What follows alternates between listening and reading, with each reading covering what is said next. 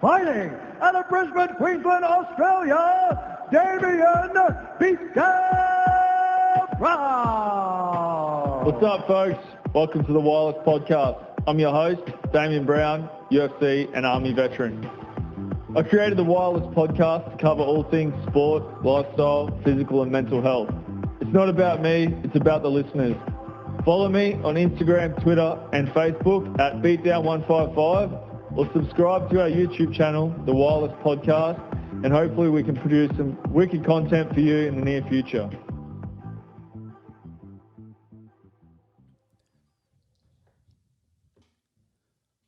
What's up, folks? We're here today for episode number 1 with the educator, Aaron Blackie. What's up, my man? What's going on, man? Excited to be here. Yeah, first episode. Looking good. New setup. It's pretty cool. So we can produce for the listeners and maybe pass on some education. Yeah, no pun intended. But yeah. So let's just start off with how you got into martial arts. Yep. Yeah. So my dad was amateur boxer, did judo and karate as a kid, so I sort of grew up mucking around and that sort of stuff at home. And obviously just playing around with him and that, eventually got started in judo. So started doing judo and loved it. The rules were very different to what they are now. And always, with combat at heart, always wanted to, test myself in combat and attracted to it and all, even little ninja movies and stuff when you're little, all that kind of thing, just drawn to it naturally. So yeah, stuck with the judo and competed with that and loved MMA when I, used to see like the old prides and that kind of thing. I think were the first, ones that I saw. And yeah, over time, moved more and more towards jiu-jitsu and MMA and less judo as I started to realize that the rule set and that sort of makes it not the most practical thing for fighting. So on the rule set for Yep. judo, which is very different to a lot of martial arts competitions, Yep. there's no ranking as far as competitions goes. Hey, like when you go into competition, it's weight class. Yeah, and then yeah. you compete, right? Yep, that's something that does my head in with jiu-jitsu because, you're wired the same. You want to be the best. You don't want to be the best blue belt. You want to be the best. Full stop. Man. And there's, when you're a blue belt or like in the judo ranks, when Yep. you beat a black belt, you're like, man, that was the best competition of my life, Yeah, right? yeah. Well, and that's the point because it's like, well, who's the best? So you go on a comp and it's all open. Now they do have they do these coloured things, but there's no respect given to it. You're not running seminars because you're the purple belt world champion and whatever. Like it is what it is. I guess much more people do jiu-jitsu. Judo is very global, but in terms of numbers. But like wrestling's the same, right? You just it's a weight class thing. So Yeah. you go in, you compete, you lose, like by the time you get a little bit older, like you're winning. Yep. You're competing with those guys, but you might have lost to them a few years ago because they're a few ranks higher than you. Yep. Yeah, exactly. Yeah. So it's like the ultimate test without breaking it down too much, like not watering it down. Yeah. I think it's pretty cool. Yep. Because you're always testing yourself against someone who's better. Yep. And in the training room, like we're always trying to, well, not necessarily these days, but back in the day, you always want to train with the purple belt, the brown belt, the black belt. You know what I mean? Like Yep. people want to do that. Yep. So why not go into a competition where you get to do that? Yeah. So it makes sense. Yep. So absolutely. The transition from judo as a sport Yep. into mixed martial arts, like combat sport. Yep. Obviously the strikes and that. How'd that go for you? Yeah, well, I think judo, what it offers is a great philosophy. There's a warrior culture, and I do think still to this day, I think judo training is much, much harder than mixed martial arts training because, A, they overtrain like anything. And it's the culture.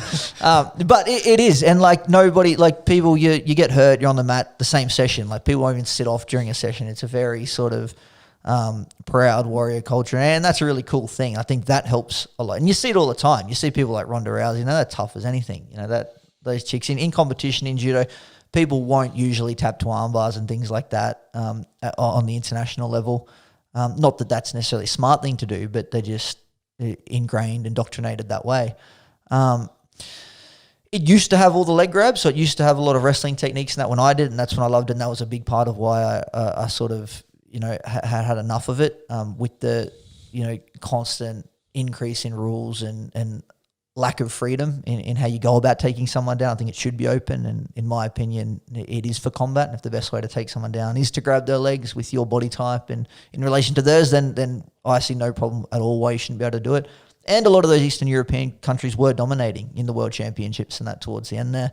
When they took it out, we saw a very sudden shift back to Japanese domination. So what was the reason for them taking out the lower body part? Do you remember when wrestling got taken out from the Olympics? Yeah. Yeah. So that was it was a big thing between judo and wrestling. So they did it to separate themselves from wrestling and say we're a big, dynamic, exciting sport. And to have more throws, obviously, you need to take away the wrestling, and that way you can force the throws, sure, to occur a bit more. Okay, yeah, well, that's fair enough. Make them two different sports, essentially. But I mean, it's a combat art. It's not a sport. Judo at that level is pretty. It's pretty awesome, but when you watch the highlights of the Olympics, it's a highlight sport because of the scoring, right? Is the bigger the throw, the better. Yep. And that's and also how you obviously finish your match. Yep. So the bigger the throw, the more exciting it is for the fans as well. Yep. Yep, and it's got all the submissions in that end as well. As jiu-jitsu, it's just obviously the rule set favours the throw because, like you said, you win with the throw. Yeah. Whereas in jiu-jitsu, you get your 2 points or whatever, and I think taking someone's back's worth more than that. Yeah. I remember a jiu-jitsu comp that had a lot of judo in it once. Yeah. Few of them. Let's not forget, jiu-jitsu comps are not judo. I think I heard that too at one stage from the crowd. But yeah. So and then how for you has your judo helped in MMA? Like not just from the mindset, but like technique wise, like physically. Yep. Look, I think there's a couple of things. I was very lucky that our coach Dan Higgins is probably the best at using judo without a gi of anyone I've ever seen. And that was because he'd done judo as a kid as well before transitioning to MMA, and he's obviously very good everywhere. So he was able to make a lot of the adaptations that he taught me from early on. Most people, I think, give it up very quickly because the gripping mechanisms, that's the main problem. So without the gi, very hard to pull, much easier to push, which wrestling style takedowns predominantly are pushing movements, comparatively with judo, which are pulling. There are both in both, and they can also be used very well to counter each other, which is why having an understanding like Dan, it makes it very effective because someone tries to double leg you, you can then use that momentum to throw them. But it does, because of that, it's much easier to use techniques like single legs, double legs, body locks without the gi. So I think most judo people jump in, do some no-gi, and they throw someone off a headlock, and then immediately their back's taken and they're choked out. And they very quickly go, oh, it's much more effective if I just do this single leg thing where I finish on top and I'm not getting choked. Which helps for you, right? Because predominantly your favourite techniques in judo were lower body ones? Yes, I liked the leg grabs. I liked firemen's and pickups and ankle picks and those types of things. So the transition to doing more, I guess, wrestling-based stuff. Yes. Which is higher percentage in MMA. Yes. Was far better for you. Yep. Stylistically, I was more vested in the techniques that did carry across, as well as I always like newaza, which is the judo groundwork. So I spent a lot more time doing, your arm bars, triangles, omoplatas, those kind of things in my training anyway. Yeah. But yeah, still very, what I use from judo, I think having a good sense of balance and the ability to train for long times and repeat things, and there's that great training culture of there's no secrets, it's about doing the work and that kind of thing. I think definitely helps more than hard work wins all the time. Hard work wins. So you've had some decent periods of time off. Yep. In your martial arts career in general. Yep. What do you say to young athletes who not that you're old, but young athletes who maybe experience long periods of time, like right now, the middle of a pandemic, right? Yep. There's athletes, I can talk about myself as well, that have never experienced having time off in the gym. Do you know what I mean? Both you and I have had significant injuries over time that have kept us out of the gym or just off the mats in general for months or years. Yep. And so what's your probably, just good sound advice for young athletes experiencing that for the first time? Not because of injury, but because there's not a single gym open and everyone's locked in their house. Yep. Yeah, great question. I think there's multiple angles you have to look at it. Obviously, from a psychological, mental health point of view, what I certainly didn't know when I was younger, and a lot of people aren't aware of, is the hormones and that you get from training are very good for you and positive and make you feel good, and the endorphins and that kind of thing. which can leave you in a bit of a hole when you stop training immediately. So you might feel depressed or low, but that's not because there's anything wrong. It's just your hormones are a bit out of whack there, and not getting the endorphins that they're used to getting.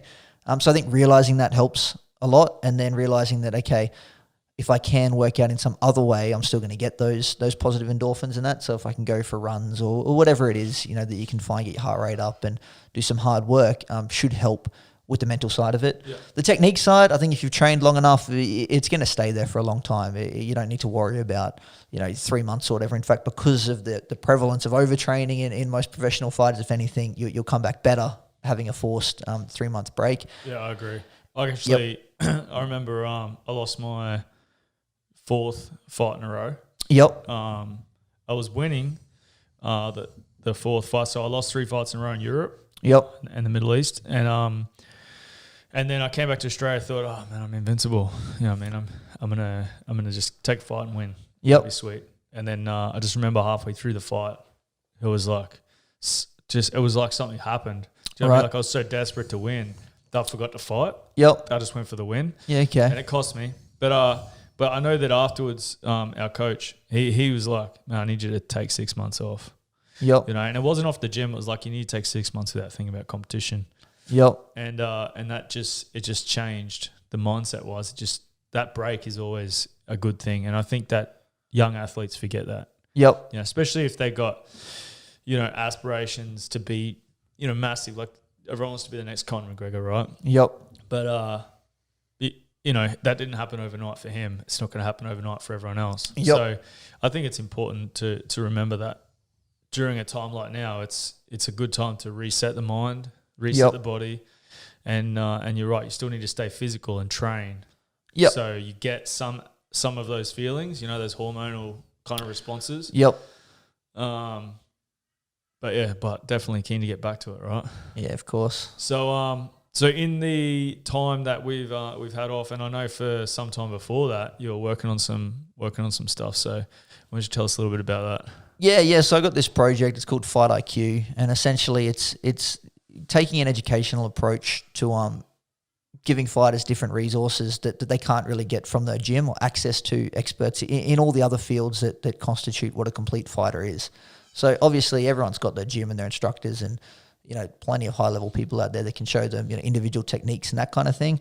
But what everyone doesn't have access to is, expert nutrition and expert strength conditioning coaches and psychologists and those kind of things.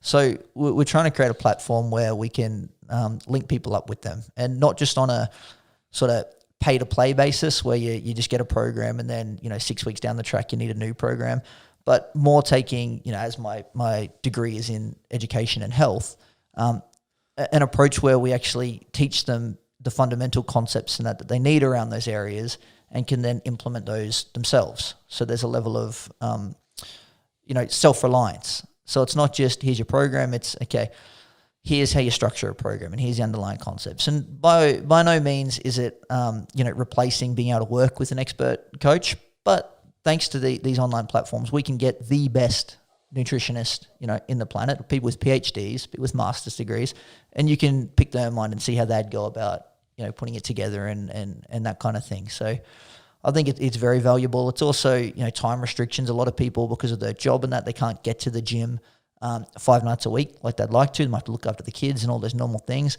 I think there's so much you can do around that, which kind of ties in with your earlier question of what to do. Like if your body composition's not optimal, then your cardio is not optimal. You're carrying around excess body fat, whatever it is.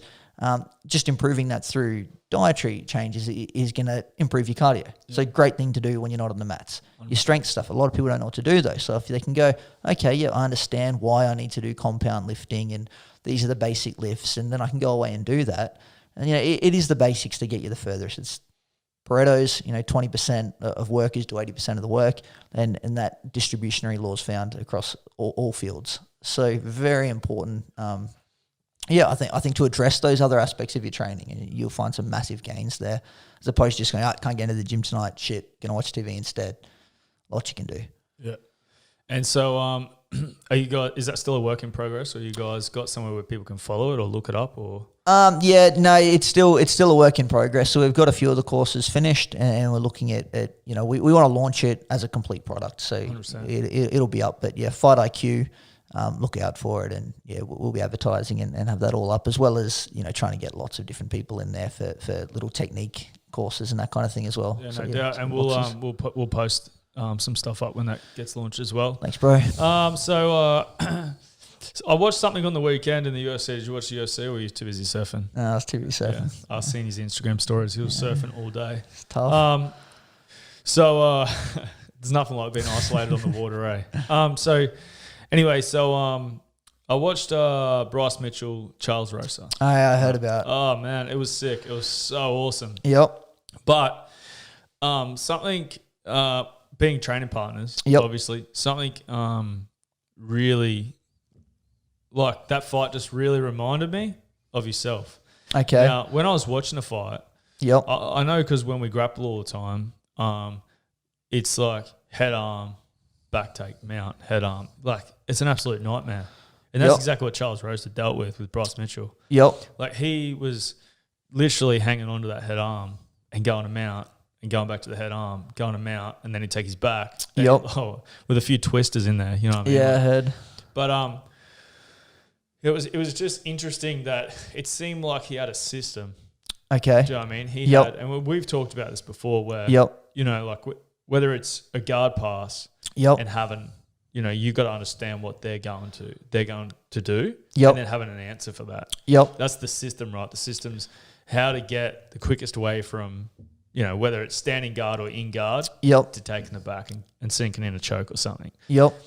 So, man, I just remember watching that fight, and I was just thinking about you, and I just wanted to ask about the approach that you take to jiu-jitsu. Because, we trained together for a long time, and over time, it's gone from just training jiu-jitsu to developing your own way of training. So you've got a concept and a way that you think about systematically approaching jiu-jitsu. And what's most impressive is that we've seen it in your fights.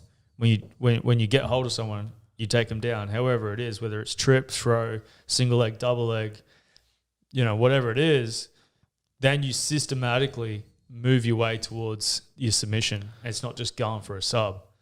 So how do you approach that as far as your training goes? So systems is the popular thing right now. And I've got, two minds with that. A is they're great because they give you general pathways. So they give you a way to get to where you want to get, to stack the deck in your favor. So by stacking the deck, I'm talking about using gravity, using angles, and using mechanical positioning in a way that gives you advantage in terms of your ability to produce force. So that's really the key. If I can produce more force than you, then I can do more damage to you, or I can apply a submission lock. So in boxing, the most basic one is you weave someone's punch. Your 10 to 2, your power where you can produce force and strikes is on them. Those is not on you. So that's what you want. Ideally, you want to get there, and then you can hit them without them hitting you, which is the goal.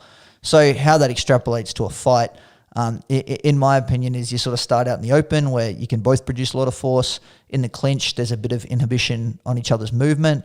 On the wall, there's even more inhibition possible, but also a great structure to balance against defensively. Then on the floor, again, you've got gravity in play now as well.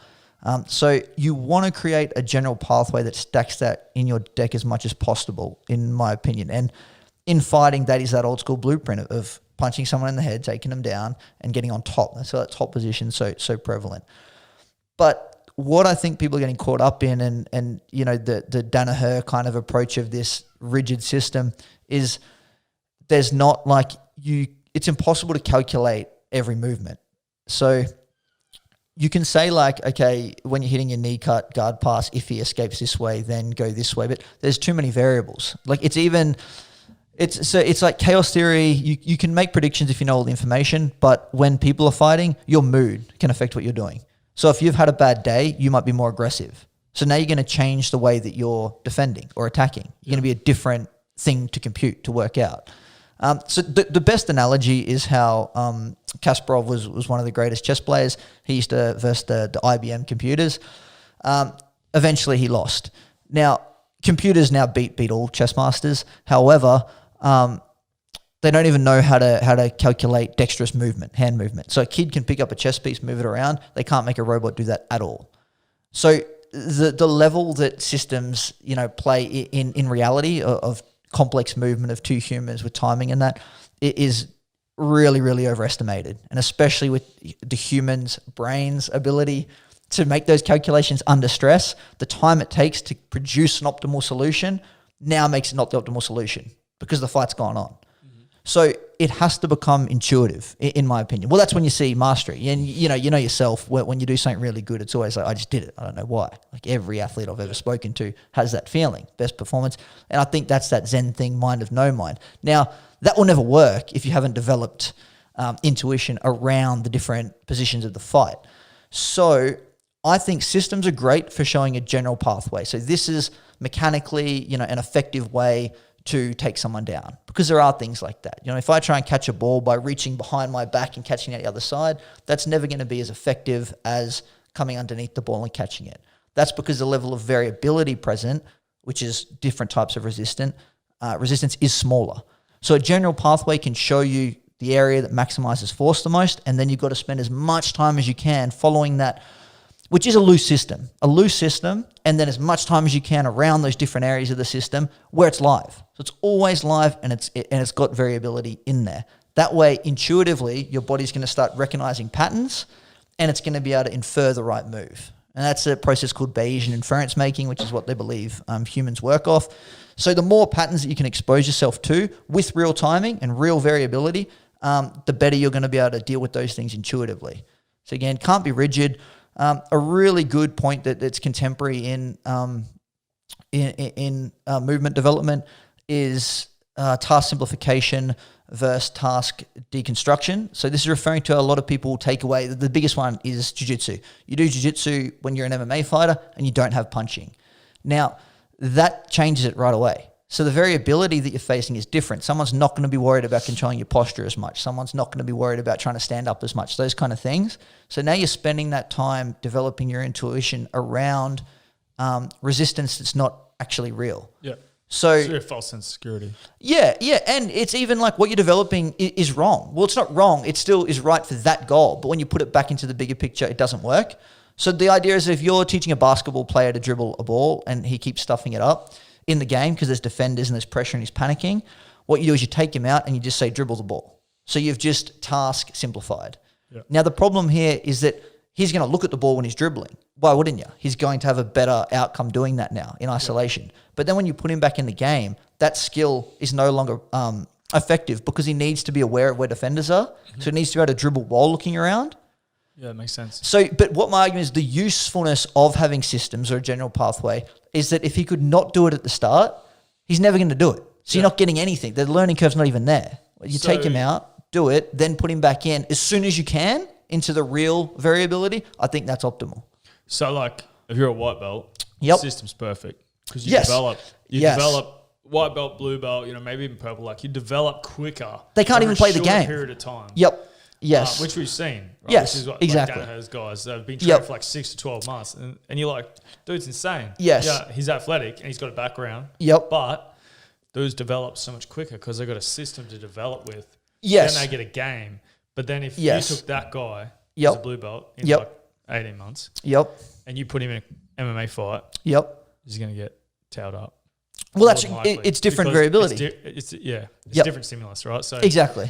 So at some point, he needs to take his system and he needs to start drilling with that same kind of resistance, with being punches in that case. Yep, that's exactly what I think. I think those Danaher guys, it is great, and it's great to sell tutorials and that because you do get these general pathways. But I think two things. I think everyone sort of knows the general pathways. I mean, they did obviously revolutionize the leg locks, but they spend a crazy amount of time on the mat. Yeah. So they're intuitive grapplers. Like they're not going in with these crazy 10-page game plans and all that kind of thing. Their systems aren't like, do this 5 nights a week. Like these guys are doing it for like 5 hours a day. Exactly. Yeah. And anyone at that gym that's not doing that time to develop that intuitive feel isn't going to have the results. So you can buy the DVDs, you can watch the DVDs, and lots of people know. Like a great one is fight analysts, for want of a better word, that don't fight. Yeah. It's like they do have a great understanding of what's going on. But good luck to them getting in there and fighting. Like, Yeah. you know what I mean? Those ones that don't fight because they can't do it, but they know what the right move is, and they're right to a degree. But there's much more to it than just that right move. You've got to be able to see the bigger picture, and you've got to have that feel. And it's what is it? The whole is greater than the sum of the pieces. So you got to be able to put it together as a full system that has timing and isn't rigid. Flexibility, fluidity, be water. Yeah, be water. So what's next for you?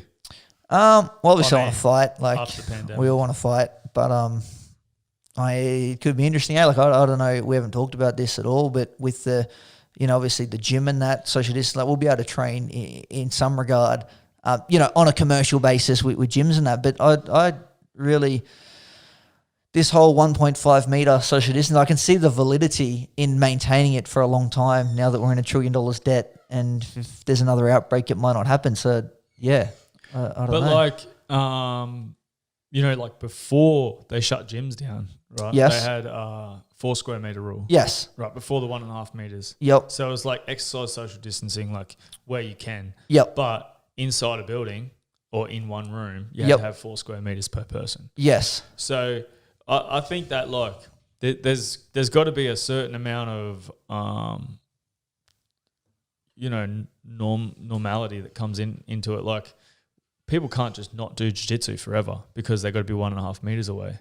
At some point they've got to go, okay, well, we haven't had a spike in cases. Yes. So, gyms are open. Yep. People are only doing pad work and bag work and ground and pound in a bag and doing get-ups and hip escapes and whatever else they're doing. Yep. But at some point, people have to go back to normality, like to a certain degree of it, which means if 1,000 meter spike in cases, they're going to have to go from 1.5 meters to 4 square meters again. Like it's like they're just going to have to go back in reverse. Yes. I don't think that's going to be too far away. I reckon like by the end of July, so we're probably like 2.5 months away from that. If there's no like huge spike. Yes. Saying that, this is a winter.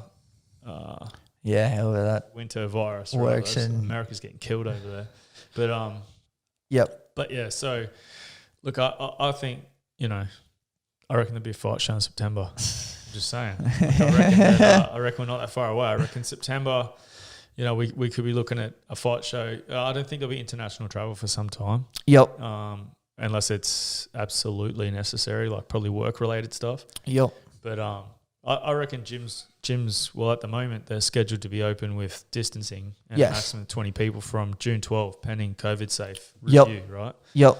So I reckon we could be looking at least getting back to work to a degree in June, and then probably like mid-July, maybe we'll be looking at getting back to some kind of contact.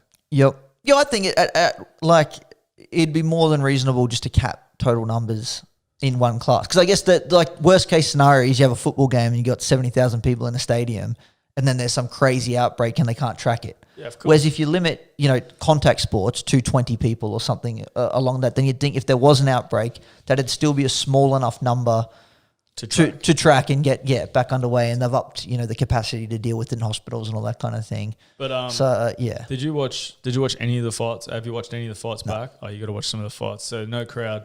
Oh, It was insane.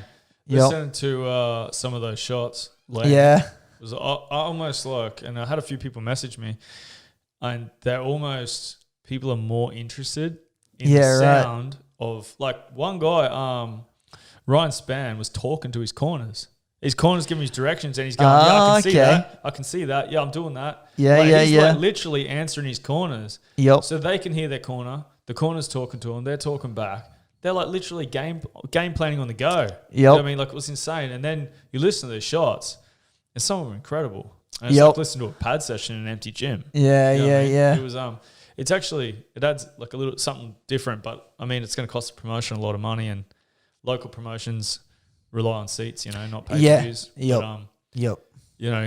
I think it's only a matter of time before some kind of normality comes back, but that's pending people doing the right thing, as the government says. So hopefully you and I are both back on that stage soon.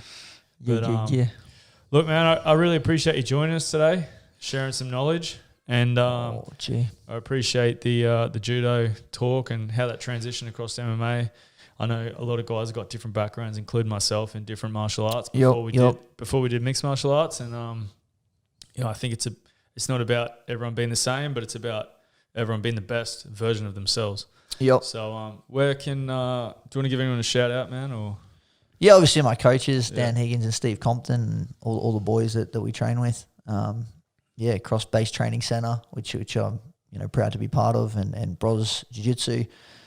All the boys and sweet, man. And where can people find you on social media? Yeah, Instagram mainly. Instagram. I'm not a big fan. He's an Insta model. But yeah, Instagram.